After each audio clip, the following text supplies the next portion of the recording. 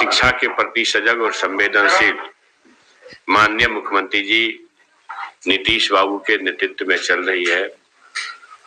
माननीय उप मुख्यमंत्री तेजस्वी जी के सहयोग से चल रही है।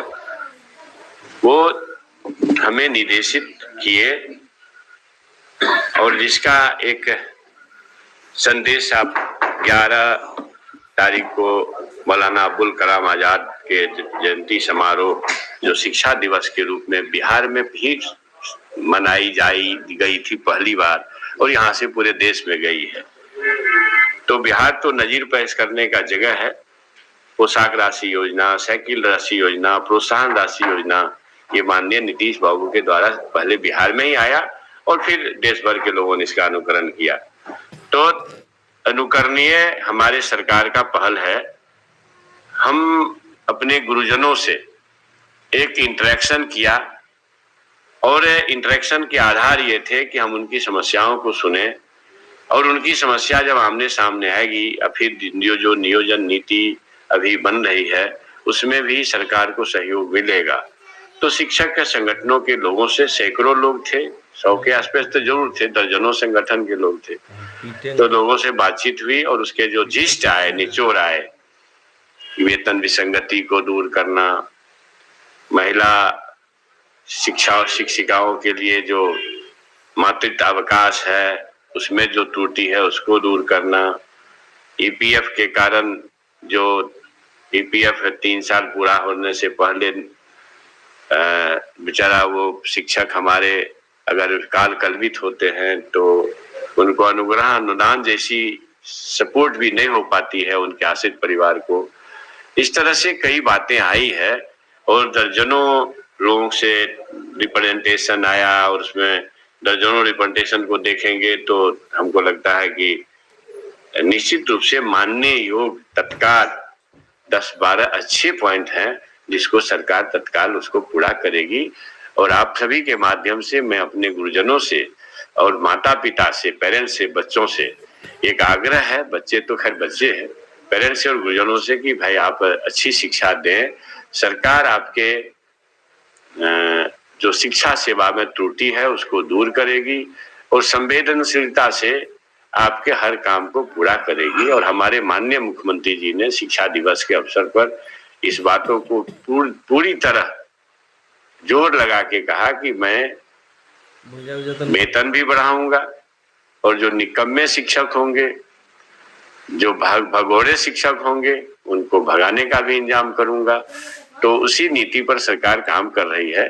मैं उम्मीद करता हूं कि इस सार्थक बैठक के बाद हमें कुछ नई सूचना भी मिली है और उस सारे शिक्षकों के इस समस्याओं को दूर करके हम एक अच्छा माहौल बना पाएंगे शिक्षा संस्कार को जागृत करने के दिशा में। कुल मिलाकर के महागठबंधन की सरकार बनी, पहली बार शिक्षक संगठन के साथ बैठक हुई, ये बैठक कितना सकारात्मक बना? तो मैं आप तो देख रहे होंगे ना कि इंटरेक्शन से, कम्युनिकेशन से ही बातें निकलती है और उससे जो बातें निकलती है वो निश्चित तौर पर सरकार में एक बड़ा संदेश जाता है और सरकार को भी सीखने समझने का अवसर मिलता है। तो कहा जा रहा था कि 7वीं चरण के कारण ही नियोजित शिक्षकों का जो भी है प्रोसेस वो डिले चल रहा है, तो क्या उन लोग का भी प्रोसेस आगे तक कहां तक पहुंच चुकी है नियमावली का?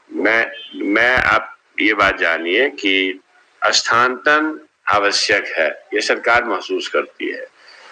हमारे माननीय मुख्यमंत्री जी का घोषणा भी है महिलाओं के लिए, मैंने उसके बाद दिव्यांगों के लिए और उसमें जरूरतमंदों के लिए स्थानांतरण नीति होनी चाहिए। सरकार उसके पक्ष में है और हमारा जो नियोजन होना है ना, नियोजन निश्चित रूप से होगा। हम बार बार कह रहे हैं, हमारे नेता लोग कह रहे हैं कि जहां लाखों बहालियां होनी है, अब तुम भाई 4 साल 3 साल से प्रतीक्षा कर रहे हो, स्वाभाविक है तुम्हारी चिंता, लेकिन जब 3,38,000 वैकेंसी हमारे पास है उतने तो हमको एसटीटी सीटेट पास बच्चे भी नहीं है, तो इसके लिए चिंता ही लोग बेकार कर रहे हैं। अभी चिंता के चलते सरकार से गुस्सा कर रहे हैं।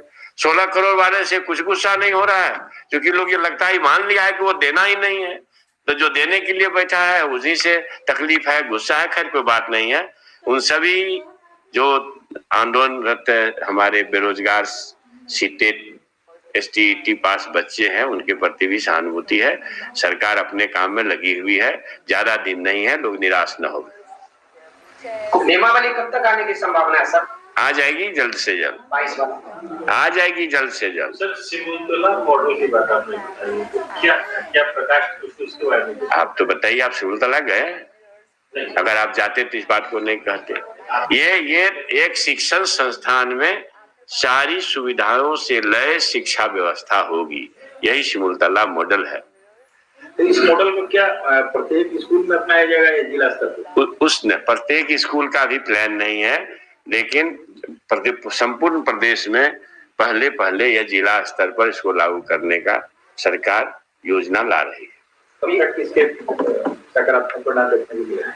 लगेंगे, समय तो लगेंगे ना, नियोजन नीति बंद है उसके बाद। बिहार के युवाओं से सर कोई मैसेज ऐसा जो आप देना चाह रहे हो, जो आंदोलनरत है, जो वाकई में अभी तो दिए ना, जो लास्ट मैसेज की आप कब तक ऐसा कुछ कर रहे हैं? जो अब इसी बात को बार बार बोलने से क्या फायदा।